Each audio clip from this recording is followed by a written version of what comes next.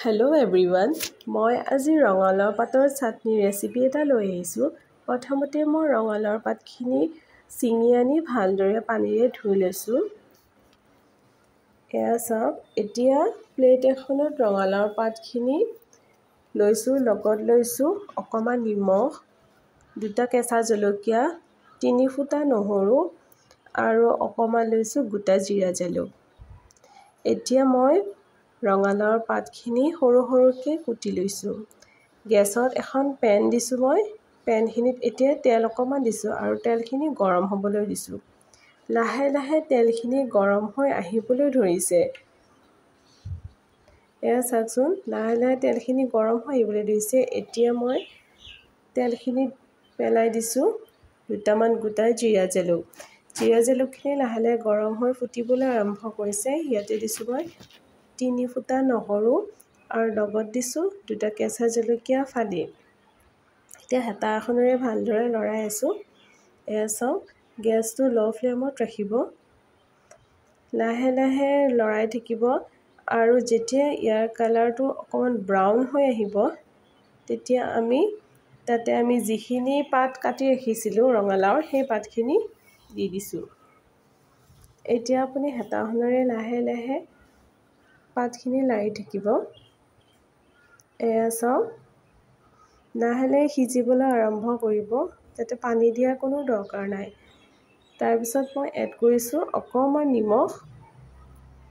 আপোনালোকৰ নিমখটো কম বেছি পৰিমাণে যোনে যিমান খায় সেই হিচাপে দি ল'ব পাৰিব। সোৱাদ অনুসৰি নিমখটো দিব। মই যিহেতু কমকৈ নিমখ খাওঁ, সেইকাৰণে মই অকণমান কমকৈ দিছোঁ। তাৰপিছত হেতাখনেৰে আকৌ ভালদৰে লাৰি থাকিব। লাহে লাহে ৰঙালাওৰ পাতকেইখিলা সিজি আহিবলৈ ধৰিছে। চাওক, এয়া সিজি অকণমান কমি আহিবলৈ ধৰিছে আৰু বেছি অভাৰ কুক কৰিব নালাগে। এয়া প্ৰায় অলমষ্ট ৰেডি হৈ গৈছে। এতিয়া মই মিক্সি জাৰ এটাত গোটেইখিনি গ্ৰাইণ্ড কৰি ল'ম। এয়া মই চাওক মিক্সি বাতি এটা লৈছোঁ। এতিয়া গোটেই মিশ্ৰণটো ৰঙালাও পাতৰ ইয়াতে দি দিছোঁ। এয়া চাওক, গোটেইখিনি বস্তু মই এতিয়া একেলগে গ্ৰাইণ্ড কৰি ল'ম আৰু এটা ধুনীয়া চাটনি ৰেডি হৈ যাব। এয়া চাওক, মই মিক্সিত গ্ৰাইণ্ড কৰি লৈছোঁ। দেখিবলৈ খুব ধুনীয়া কালাৰ এটা আহিছে আৰু খাবলৈও খুব সোৱাদ লগা হয়। এই ৰেচিপিটো কম সময় আৰু কম খৰচতে আপোনালোকে এইটো ট্ৰাই কৰি চাব পাৰে। আৰু যদি খাই ভাল পায় তেনেহ'লে নিশ্চয় কমেণ্ট এটা কৰি জনাব। এয়া চাওক, মই অকণমান জুম কৰি দেখাইছোঁ। ইমান ধুনীয়া পেষ্ট এটা হৈছে। মই বাতিটোত এতিয়া সেইখিনি উলিয়াই লৈছোঁ। গোটেইখিনি চাটনি মই বাতিটোত উলিয়াই লৈছোঁ। এয়া চাওক, আপোনালোকে গৰম ভাতৰ লগত পৰিৱেশন কৰিলে খুব ভাল পাব খাই। এবাৰ বনাই চাবচোন, আৰু যদি খাই ভাল পায় তেনেহ'লে নিশ্চয় কমেণ্ট এটা কৰিব। আৰু মোৰ চেনেলটো ৰেচিপিবিলাক চাই যদি ভাল পায় নিশ্চয় ছাবস্ক্ৰাইব কৰিব বুলি আশা কৰিলোঁ। এয়া চাওকচোন, ধুনীয়া মই পকা জলকীয়া এটা দি তাতে গাৰ্নিছ কৰিছোঁ।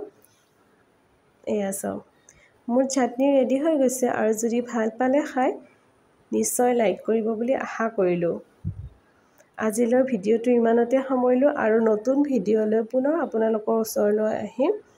নমস্কাৰ।